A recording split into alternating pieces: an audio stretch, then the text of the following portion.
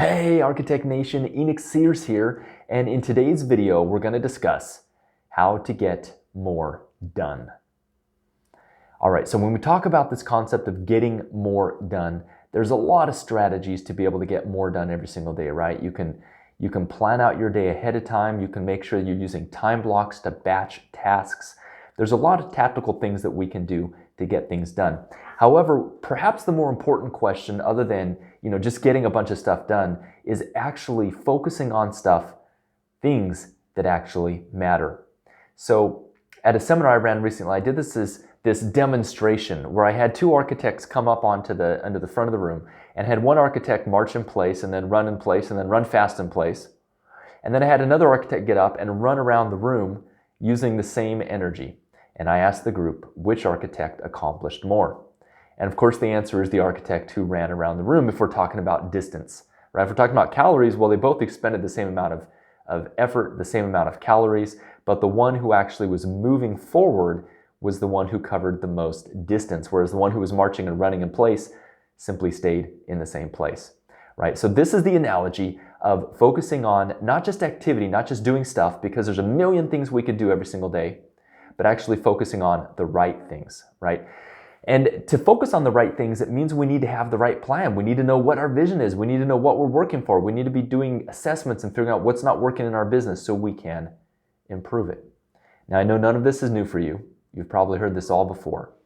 Today, I want to touch on something that you may not have considered before in terms of getting more things done. And when I say things, let's assume that these are important things. So let's assume for the time being that you've already done the foundational work of identifying a clear goal, of having a compelling reason. We talked about that in yesterday's video actually, about the dandelions, the parable of my son Jude and the dandelions. You can watch that on the YouTube channel. But today, so I was working out, and here's where this idea of getting more done comes in to play. This morning I went as usual to CrossFit, which is a group exercise program where we do these crazy things with weights, throw these weights around in a group setting, and there's a time limit and you're all doing it together. And I was talking with the coach, and recently the gym instituted a new policy whereby you can be there when the coaches aren't there. So generally in the past, you could only come at specific times during the day when they were running classes. So they run a class at 5 a.m., a class at 6 a.m., and then 3:30, 4:30, 5:30, 6:30, 7:30 in the evenings, right?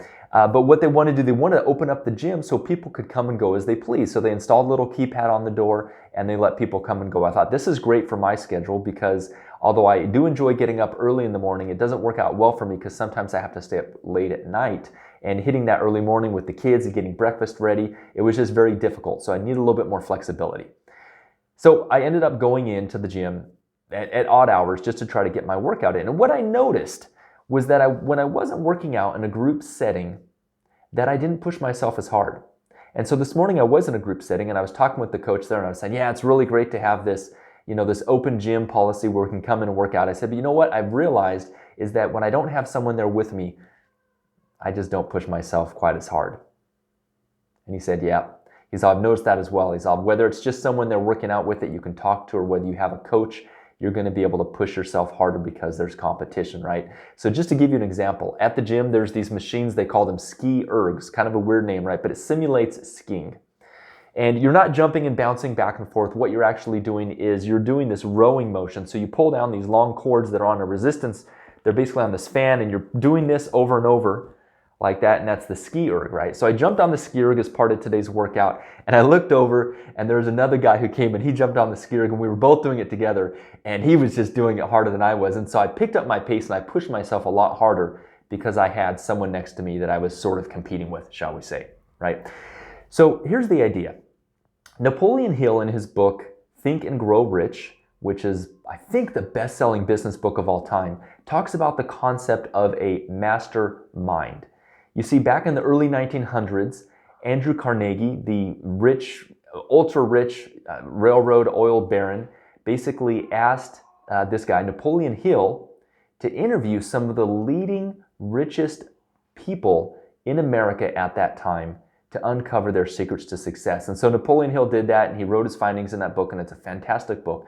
But one of the concepts he talks about that all these men had in their lives was this concept of the mastermind.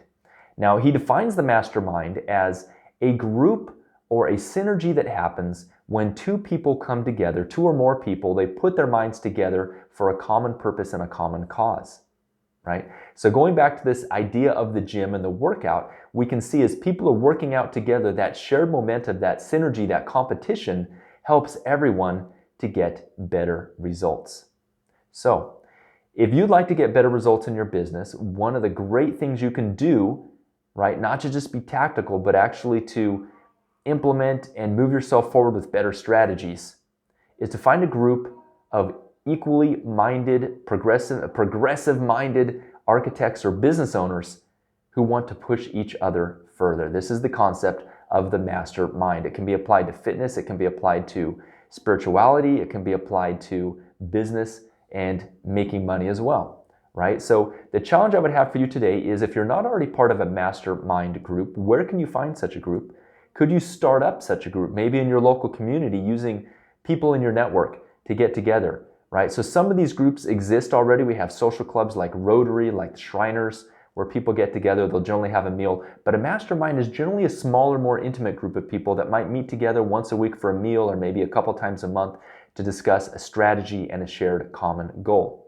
Dave Ramsey, the popular radio host who is all about eradicating debt in your life, he always talks about his Eagles Club mastermind. And I know a couple guys in this club, and these guys, I think they're 8 or so guys over the period of 15 years that have been meeting together. Dave Ramsey is part of this group, Dan Miller's part of the group, someone else I know is part of the group.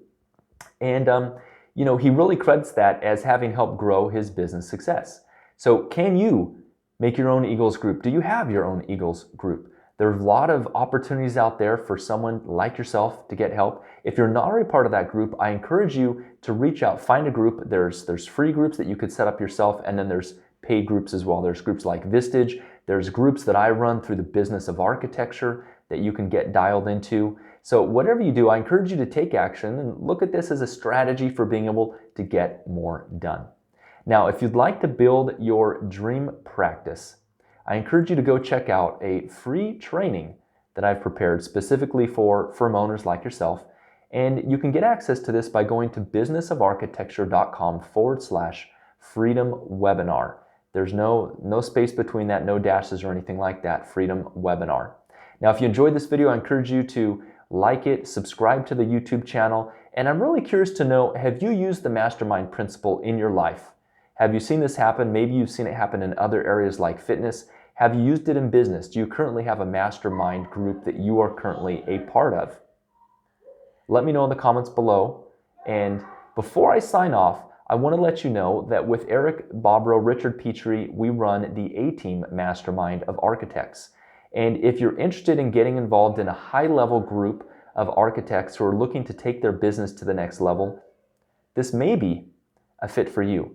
Send me a DM, send me a message, or respond to one of my emails with asking for information about the A-Team Mastermind, and I can send you more info. As always, I hope you're having an amazing day. Don't forget, Carpe Diem, which means seize the day. Seize today. Bye for now.